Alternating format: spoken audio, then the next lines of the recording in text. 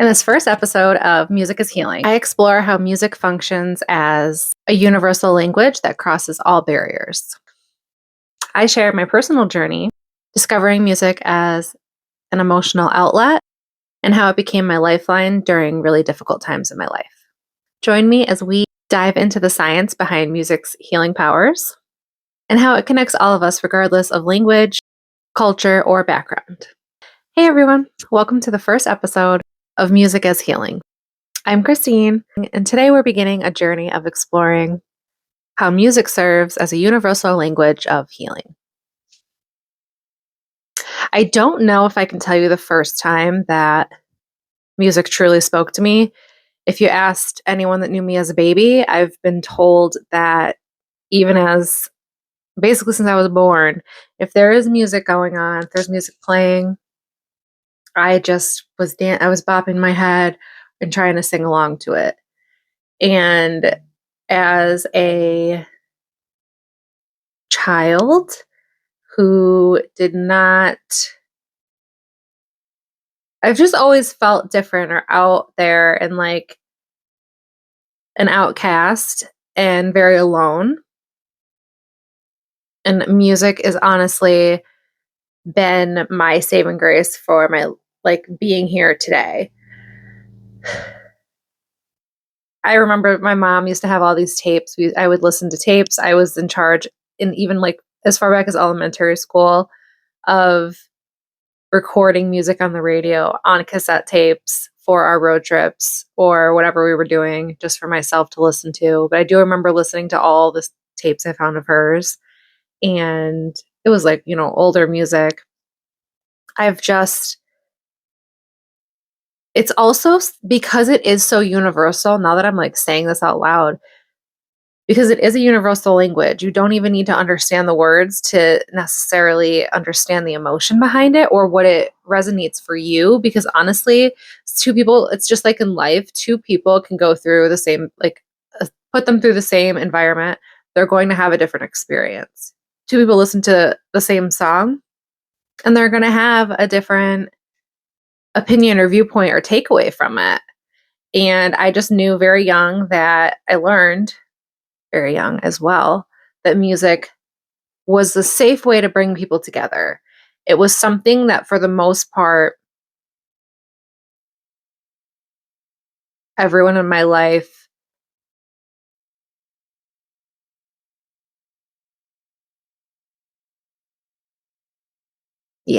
everyone in my life, like pretty much that's when things would chill out. And even for myself, I just have I always have music on. Music's always going on in my head. Like it's just a part of me. And I think that's also why it helps me connect so well with people. I can tell you a story about a significant time that music had an impact on for me to express something that I couldn't I definitely couldn't verbally without repercussions.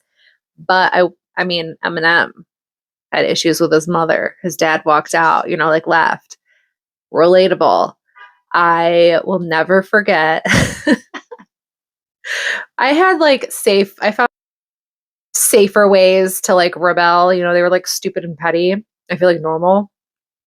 But we used to go to either the farmer's market on Saturdays or the flea market on Sundays.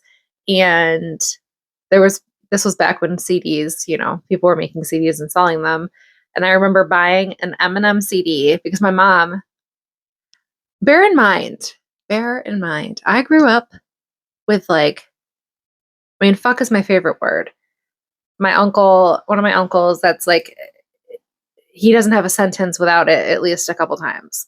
I've gotten better with trying to be a little more classy when I speak, but I mean, it's just the perfect word that describes everything. So regardless, I grew up hearing swearing. Like, it's not like I grew up not knowing that. So my mom had gone through this phase of only letting us get the edited versions of things. You know how frustrating that is?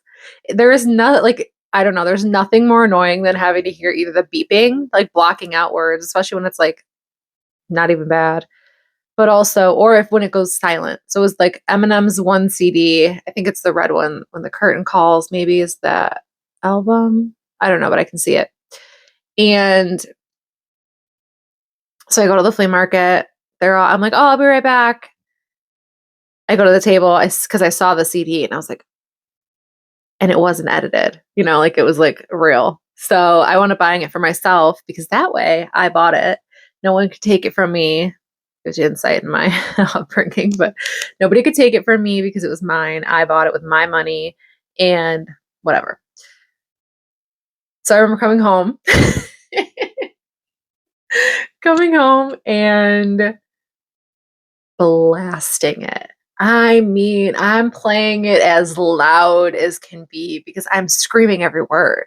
And this wasn't a copy of that CD. It was actually a lot of songs that were probably, I mean, I don't know, you're a teenager and they're words. So I don't think you like should necessarily restrict, especially it's not like I was sheltered at all. But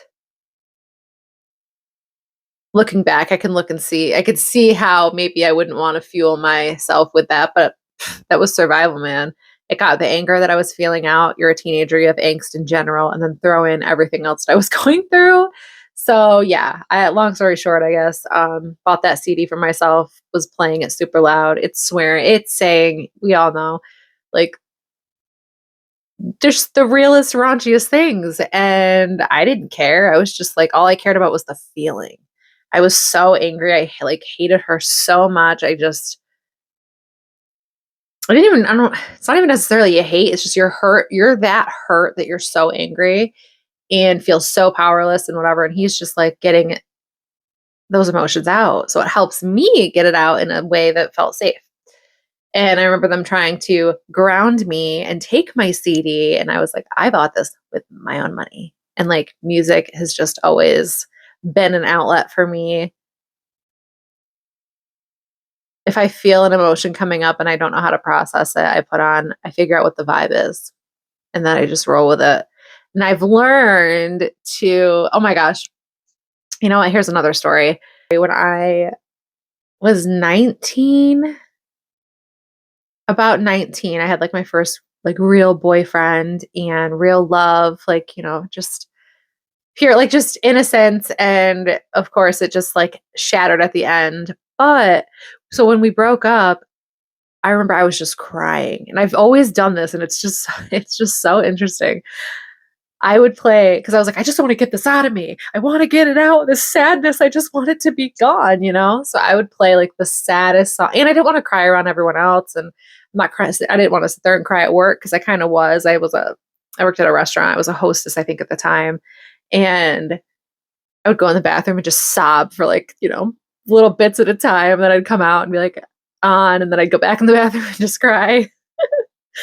But during that time of breaking up, I remember I used to just go and I would just ride around and listen to the saddest songs, the songs that I knew would make me cry.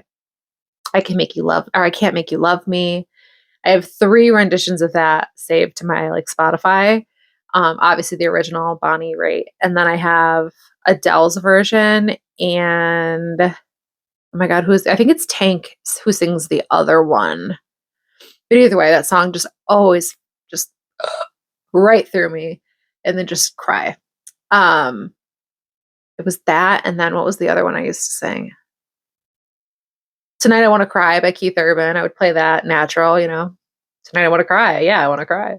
So I'd play that, and I would just play it until I would just stop crying, because I kind of just was like, okay, we got through that wave of whatever, and then I could go back to functioning, and then start that cycle over again.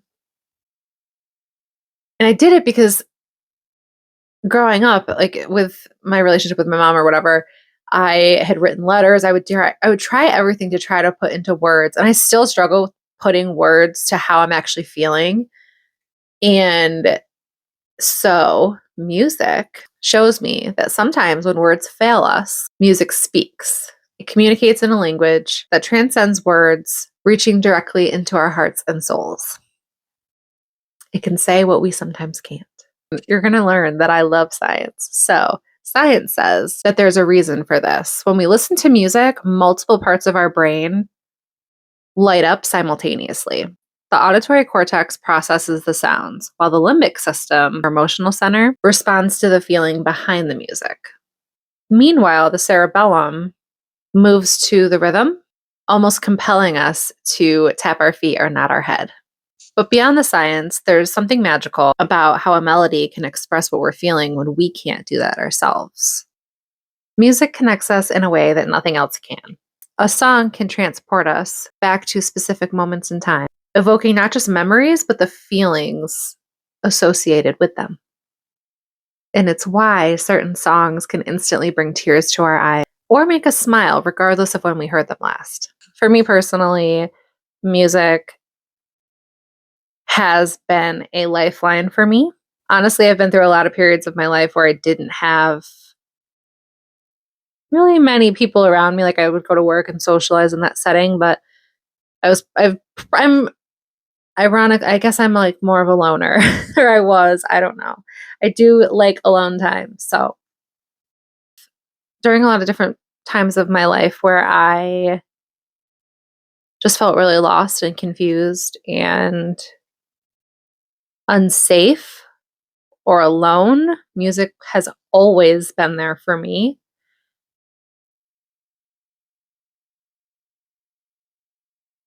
It truly is a part of me. Like I don't know who I am without music or what I would do. I don't even want to think about it. And still to this day, when I cannot articulate what I'm feeling with my own words, or when I feel overwhelmed by my emotions, I can always turn to music to express what I could not.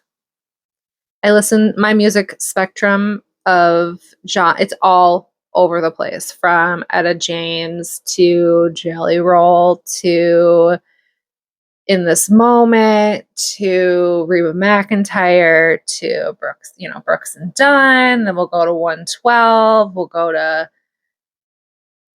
3 Days Grace. We'll go to Korn. We'll go to Frank Sinatra, Barbara Streisand, Andrea Bocelli, Chris Stapleton, Morgan Wallen. I'm trying to think of different stuff. I listened to like lo-fi. Started listening to Gina Yiko, I think that's her name. I've been listening to her a lot lately. And she actually has a song that I'm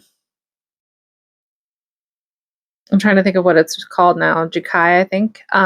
But I've been listening to it on repeat the last couple of days. And it could be viewed as like a really sad song, but it just genuinely speaks to how I've felt for a long time. And I don't know how to put it into words. It's a really beautiful song, the way it's composed. And yeah. So my music taste is all over the spectrum. All over. It's got a good either beat, lyrics, if it's catchy. I love it. I even used to listen to like classical music and jazz. It's all over. I love it. I just love music. And what I find most powerful is that music doesn't just help us feel our emotions, it helps us to process them. And that is the biggest piece for everything I've been sharing. When we hear someone singing about a similar experience to ours, we feel less alone. When a melody matches our mood, we feel understood. And sometimes when a song shifts from a minor to a major key, it can actually help lift us from darkness into light. I'd love to hear from you about all of your experiences with music as a healing force. In the comments, share a song that has helped you lift your spirits when you're down.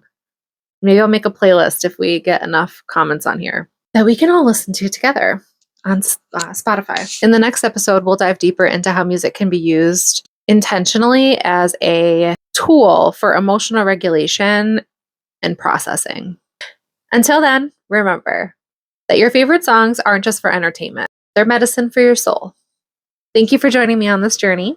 Don't forget to like, subscribe, and share this with someone else that may find it insightful. And definitely subscribe so you don't miss the rest of this series. And remember, when words fail, music speaks.